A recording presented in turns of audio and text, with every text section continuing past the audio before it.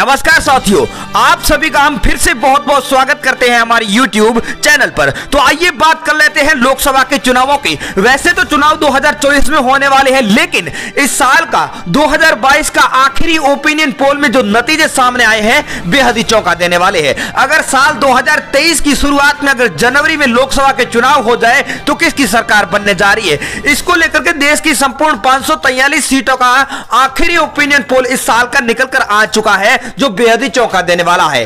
हम साथियों पूरे देश के सभी राज्यों के एक एक सीट से आपको रूबरू करवाएंगे, तो आप बने रहे वीडियो के अंत तक। तो उससे पहले हम आप लोगों को एक अहम जानकारी दे देते हैं। भारतीय जनता पार्टी के लिए साल 2022 बेहद ही उतार चढ़ाव वाला रहा है, क्योंकि इस साल में संसद और राज्य विधानसभाओं के प्रभुत्व बनाए रखने के लिए भारतीय जनता पार्टी ने कड़ी लड़ाई लड़ी है। भारतीय जनता पार्टी ने गुजरात में रिकॉर्ड तोड़ जीत हासिल की, तो उत्तर प्रदेश, गोवा, मणिपुर और उत्तराखंड में भी जीत हासिल की है। बीजेपी ने महाराष्ट्र में शिवसेना के नेतृत्व वाली गठबंधन सरकार को गिरा दिया और शिवसेना के बागियों के साथ सरकार बना ली। एक्शन से भरपूर साल में बीजेपी के ऊंचे दाव वाले राज्यों में चुनावों में जीत मिली, तो विभाजनकारी नीतियों के खिलाफ देश को एकजुट करने के लिए कांग्रेस का अभियान चला और भारत को G20 की अध्यक्षता भी मिल चुकी। तो वहीं पर बीजेपी को दो राज्यों में जैसे पंजाब और हिमाचल प्रदेश और दिल्ली के महत्वपूर्ण नगर निगम चुनाव में हार का सामना करना पड़ा। बीजेपी के लिए हिमाचल प्रदेश में जीत बेहद ही महत्वपूर्ण थी, क्योंकि पार्टी के अध्यक्ष जेपी नड्डा और केंद्रीय मंत्री अनुराग ठाकुर इसी पहाड़ी राज्य से आते हैं। लेकिन जनता ने इस डबल इंजन की सरकार को नकार दिया और सत्ता कांग्रेस पार्टी को सौंप दी।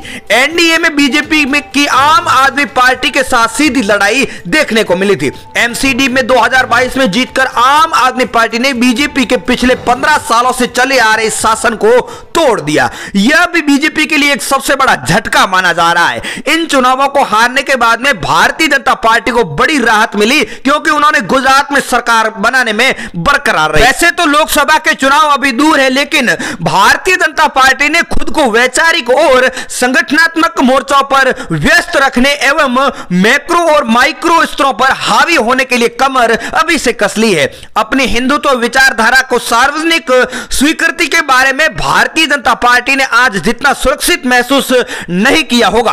अयोध्या में राम मंदिर का उद्घाटन जो अब दिसंबर 2023 के लिए निर्धारित है, वैसे भी 2024 में अभियान कोई प्रस्तावना होने वाली है। पार्टी 2023 में कर्नाटक और मध्य प्रदेश में कुछ महत्वपूर्ण विधानसभा चुनाव का सामना करने वाली है, जहां पर वह सत्ता में है, और राजस्थान और छत्तीसगढ़ जहां पर वह सत्ता में वापसी की उम्मीदें लगाई बैठी है, अटकलें लगाती नजर भी आ रही है। जैसे कि जेपी नड्डा साल 2024 के आम चुनाव के प्रभारी बने रहेंगे। तो आइए बात कर लेते हैं पूरे उन चुनावी समीकरणों की। तो एक एक सीट का ओपिनियन पोल हम आपके सामने रखने वाले हैं, तो आप बने रहे वीडियो के अंत तक। और पहली बार चैनल पर विजिट किया तो करेक्ट न्यूज यूट्यूब चैनल को सब्सक्राइब जरूर करें। तो देश का पहला राज्य हमारे सामने ओडिशा आ चुका है, जहां पर 21 लोकसभा की सीटें आती है। यहां पर पहले नंबर पर भारतीय जनता पार्टी को 10 सीटें मिल सकती है, बीजेडी के खाते में 9 सीटें जा सकती है। तो कांग्रेस पार्टी यहां पर तीसरे नंबर पर 2 सीटों पर कब्जा कर सकती है। अगला राज्य हमारे सामने आंध्र प्रदेश है,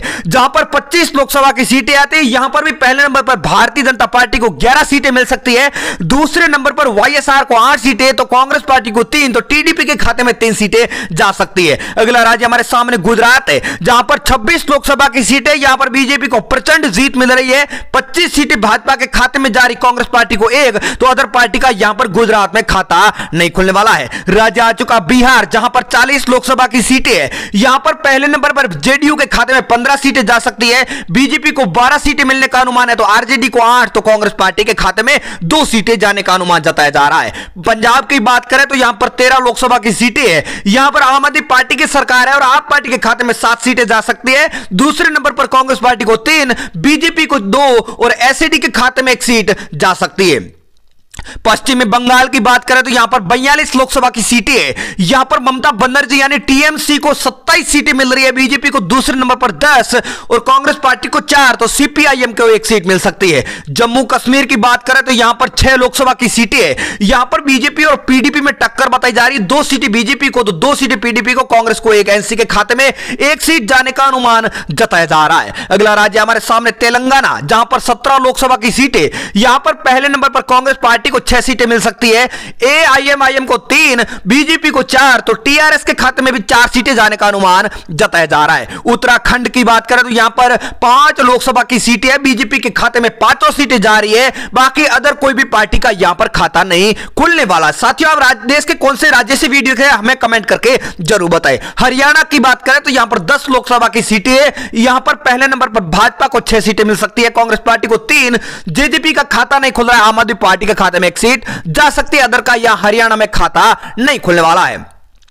केरल राज्य की बात करें तो यहां पर 20 लोकसभा की सीटें हैं, यहां पर पहले नंबर पर एलडीएफ को 8 सीटें मिल सकती है, कांग्रेस पार्टी को 4, बीजेपी के खाते में 4 सीटें जा सकती है, यूडीएफ को यहां पर 1 सीट मिलने का अनुमान जताया जा रहा है। मेघालय में 2 लोकसभा की सीटें हैं, सीधे बीजेपी के खाते में जा रही है, अदर कोई भी पार्टी का खाता नहीं खुल रहा है। साथियों, आपके हिसाब से देश का अगला प्रधानमंत्री कौन हो सकता है, आप हमें कमेंट करके जरूर बताएं। अगला राज्य हमारे सामने आ चुका दिल्ली, जहां पर 7 लोकसभा की सीटें, यहां पर आम आदमी पार्टी को प्रचंड जीत मिल रही है, 6 सीटों पर आप कब्जा कर रही है, तो बीजेपी के खाते में मात्र 1 सीट जा सकती है, कांग्रेस पार्टी, बीएसपी और अदर का यहां पर दिल्ली के अंदर खाता खुलना असंभव बताया जा रहा है। अगला राज्य हमारे सामने अरुणाचल प्रदेश है, जहां पर 2 लोकसभा की सीटें, बीजेपी के खाते में दोनों सीटें जा रही है, अदर कोई भी पार्टी का खाता नहीं खुल रहा है। साथियों, आप देश के कौन से राज्य से वीडियो देख रहे हैं, अपने राज्य का नाम हमें कमेंट बॉक्स में लिखकर जरूर बताएं। अगला राज्य हमारे सामने छत्तीसगढ़ है, जहां पर 11 लोकसभा की सीटें, पहले नंबर पर भारतीय जनता पार्टी को 8 सीटें मिल सकती है, कांग्रेस पार्टी को 3,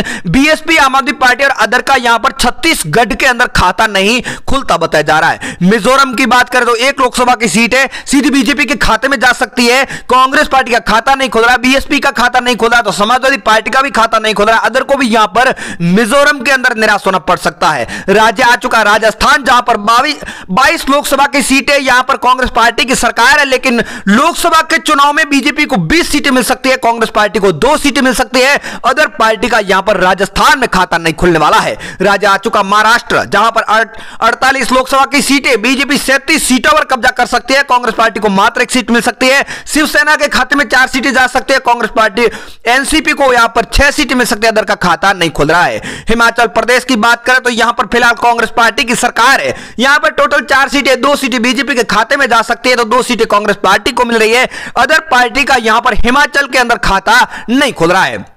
अगला राज्य हमारे सामने लक्षद्वीप है, जहां पर 1 लोकसभा की सीट है, सीधी बीजेपी के खाते में जा रही है, अदर पार्टी का यहां पर लक्षद्वीप के अंदर खाता नहीं खुल सकता है, ऐसा ओपिनियन पोल के इशारे करते नजर आ रहे हैं। अगला राज्य हमारे सामने गोवा, जहां पर 2 लोकसभा की सीटें सीधे बीजेपी के खाते में जा रही है, अदर पार्टी का खाता नहीं खुल रहा है। साथियों, अगर ये चुनाव 2023 में होते हैं तो चुनावी समीकरण ये आ सकते हैं। अगला राज्य हमारे सामने त्रिपुरा, जहां पर 2 लोकसभा की सीटें सीधे बीजेपी के खाते में जा सकती है, अदर पार्टी का यहां पर त्रिपुरा के अंदर खाता नहीं खुल सकता है। साथियों, ये 2023 का यह अनुमान लगाया जा रहा है, बाकी परफेक्ट नतीजे तो चुनावी नतीजे आने के बाद में पता चलेंगे। आसाम की बात करें तो यहां पर 14 लोकसभा की सीटें, पहले नंबर पर बीजेपी के खाते में 9 सीटें जा सकती है, कांग्रेस पार्टी को 2, एआईयूडीएफ को 3 सीटें, तो बाकी अदर पार्टी का खाता नहीं खुलने वाला है। मणिपुर की बात करें तो यहां पर 2 लोकसभा की सीटें, 1 सीट बीजेपी के खाते में जा सकती है, तो 1 सीट कांग्रेस पार्टी के खाते में जा सकती है, अदर पार्टी का यहां पर मणिपुर के अंदर खाता नहीं खुलता बताया जा रहा है। राज्य आ चुका हमारे सामने तमिलनाडु, जहां पर 39 लोकसभा की सीटें, यहां पर पहले नंबर पर एआईएडीएमके को 14 सीटें मिल सकती है, डीएमके को 12 सीटें, कांग्रेस पार्टी को 6, तो बीजेपी के खाते में 7 सीटें जाने का अनुमान जताया जा रहा है। उत्तर प्रदेश की बात करें तो सबसे ज्यादा 80 लोकसभा की सीटें, यहां पर बीजेपी को प्रचंड जीत मिलने का अनुमान जताया जा रहा है, 69 सीटों पर भारतीय जनता पार्टी कब्जा कर सकती है, तो समाजवादी पार्टी को 7, बीएसपी को 3, कांग्रेस पार्टी को 1। कर्नाटक की बात करें तो 28 लोकसभा की सीटें हैं, यहां पर बीजेपी के खाते में 18 सीटें जा सकती है, कांग्रेस पार्टी को 8 सीटें मिल सकती है, 2 सीटें जेडीएस के खाते में जा सकती है, तो अदर पार्टी का यहां पर खाता नहीं खुला बताया जा रहा है। अगला राज्य हमारे सामने चंडीगढ़, जहां पर 1 लोकसभा की सीट है, सीधे बीजेपी के खाते में जा रही है, कांग्रेस पार्टी, बीएसपी और समाजवादी पार्टी का चंडीगढ़ के अंदर खाता नहीं खुलता बताया जा रहा है। अगले राज्य की अगर बात करें तो हमारे सामने आ चुका मध्य प्रदेश, जहां पर 29 लोकसभा की सीटें, यहां पर भारतीय जनता पार्टी का कमल 26 सीटों पर खिल सकता है, तो कांग्रेस पार्टी को 2 सीटें मिल सकती है, बहुजन समाज पार्टी को 1 सीट मिल सकती है, समाजवादी पार्टी और अदर पार्टी का यहां पर खाता नहीं खुला। झारखंड की बात करें तो यहां पर 14 लोकसभा की सीटें है, भारतीय जनता पार्टी को 11 सीटें मिल सकती है, कांग्रेस पार्टी को 1, आरजेडी के खाते में 2 सीटें जा सकती है, तो अदर पार्टी यानी जेएमएम और अदर का खाता झारखंड में नहीं खुलता बताया जा रहा है।